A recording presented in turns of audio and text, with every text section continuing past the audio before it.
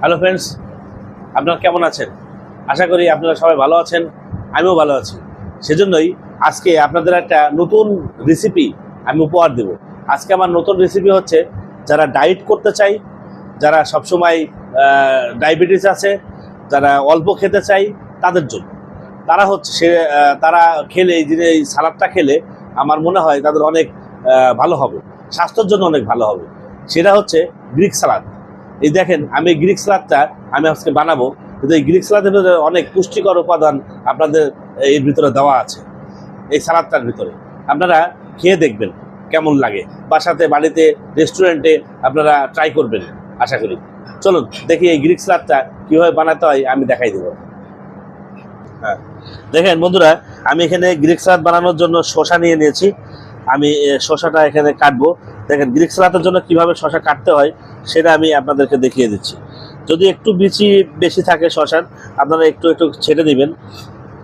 হ্যাঁ, এভাবে হালকা করে ছাড়বেন। তো শসাটারে আপনারা ঠিক এইভাবে কিউব করে কাটবেন, একটু টেরা করে কিউব দিয়ে। ঠিক আছে, এভাবে কাটতে থাকবেন।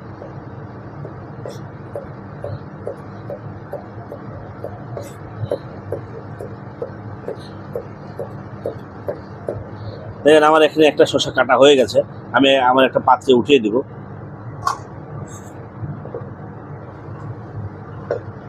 আমি আরও একটা কাটবো, যেহেতু আমার অর্ডার আছে দুইটা সালাড অর্ডার আছে আমার। শসাগুলো অনেক কচি, তারপরেও আমি একটু ছেটে নিচ্ছি।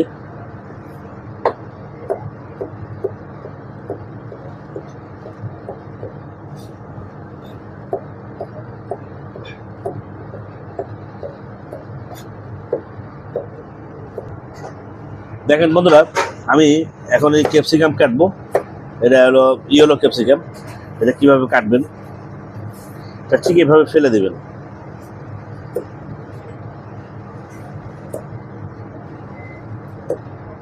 এখন এটার মাঝখান থেকে দিবেন, সেম স্টাইলে কাটবেন গ্রিক সালাদটা।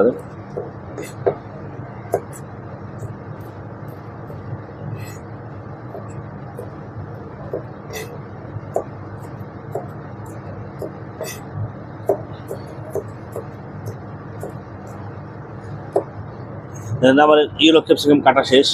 এখন আমি রেডে চলে যাব।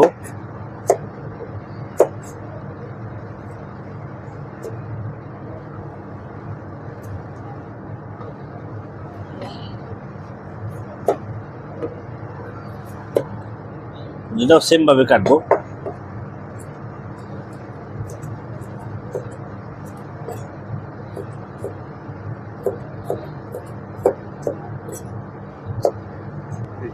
দেখেন বন্ধুরা, আমি এখন এখানে আপেল কাটবো, কারণ এই সালাডটার ভিতরে অ্যাপেলও যায়। হ্যাঁ, এই গ্রিক সালাডটা হচ্ছে মূলত অ্যাপেলের উপরে। ইভেন আমাদের যে অলিভ আছে, এখানে অলিভও যায়। আমি তো 3 ধরনের ক্যাপসিকাম কেটেছি, শসা কেটেছি, এটা কেটে নিয়েছি।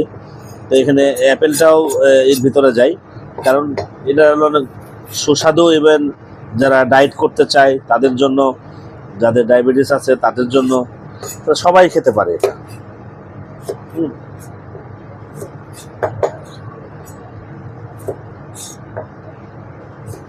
তবে এটার সাথে মূলত গ্রিন আপেল যায়। আপনারা সবাই চেষ্টা করবেন যে গ্রিন আপেল দেওয়ার জন্য।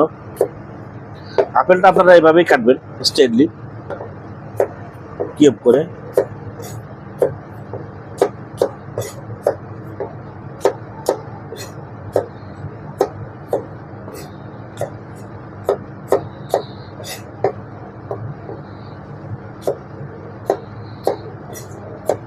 দেন বন্ধুরা, আমার আপেলটা কাটা হয়ে গেছে, আর আমি সে পাত্রে উঠিয়ে দেব। দেখেন, এটা হচ্ছে ক্রাফট চিজ। হ্যাঁ, এই চিজটা কিন্তু যায়, এই ক্রাফট চিজ, এই চিজটা কিন্তু এই সালাদের সাথে দিতেই হয়। তা আমি এই চিজটা দিয়ে দিচ্ছি। দেখেন, হ্যাঁ, অনেক সুন্দর, 1 নম্বর চিজ এটা। আমি এটা কেটে দিব।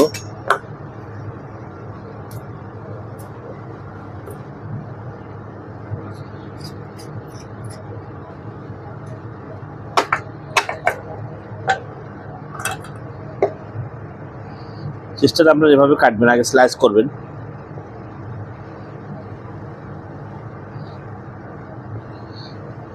যেহেতু টাটকা এখান থেকে খোলা তো একটু এটা ছড়িয়ে যায়, তো আমি গুছিয়ে নিলাম।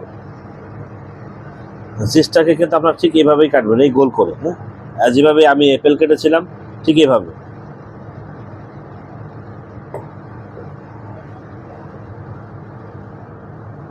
এটা অলিভ অয়েল দেবো, অলিভ অয়েল দিয়ে মাখাতে হয়, আমি অলিভ অয়েল দিয়ে মাখিয়ে দেবো।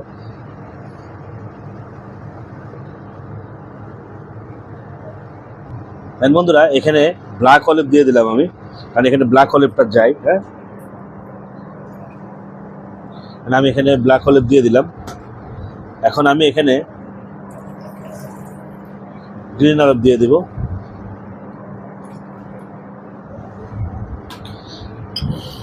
ইভেন আমি এখানে এখন দিব সেই অলিভ অয়েলটা।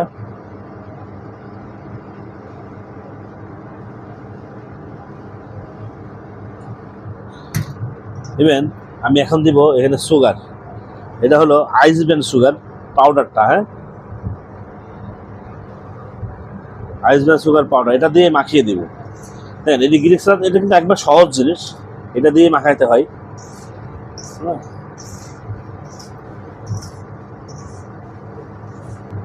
এর মধ্যে আমার গ্রিক সালাদটা একবারে তৈরি হয়ে গেছে। এখন আমি এটা আমার যে পার্সেল অর্ডার আছে আজকে, আমি সেই পার্সেল ট্রেতে দিয়ে দিব।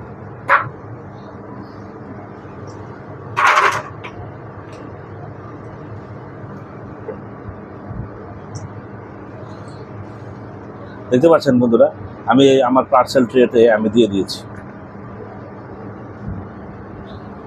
হয়ে গেল আমার গ্রিক সালাদ। হ্যাঁ, তো যদি আপনাদের এই রেসিপিটা ভালো লেগে থাকে তাহলে অবশ্যই আপনারা, আমার একটা ফেসবুক পেজ আছে স্বপন সেল নামে, একটা ইউটিউব চ্যানেল আছে স্বপন কিচেন নামে, আপনারা আমার ইউটিউব চ্যানেলটা সাবস্ক্রাইব করবেন। আমার যে ফেসবুক পেজ আছে স্বপন সেল নামে, আমার সেই পেজটার একটা লাইক করবেন, শেয়ার করবেন, ইভেন কমেন্টস করবেন। দেখেন এটা কিন্তু অনেক সুস্বাদু একটা খাবার, আমি টেস্ট করেছি, আমি এটা টেস্ট করলাম, তারপরেও অনেক সুন্দর, অনেক মজা। আপনারা অবশ্যই ট্রাই করবেন। থ্যাংক ইউ বন্ধুরা।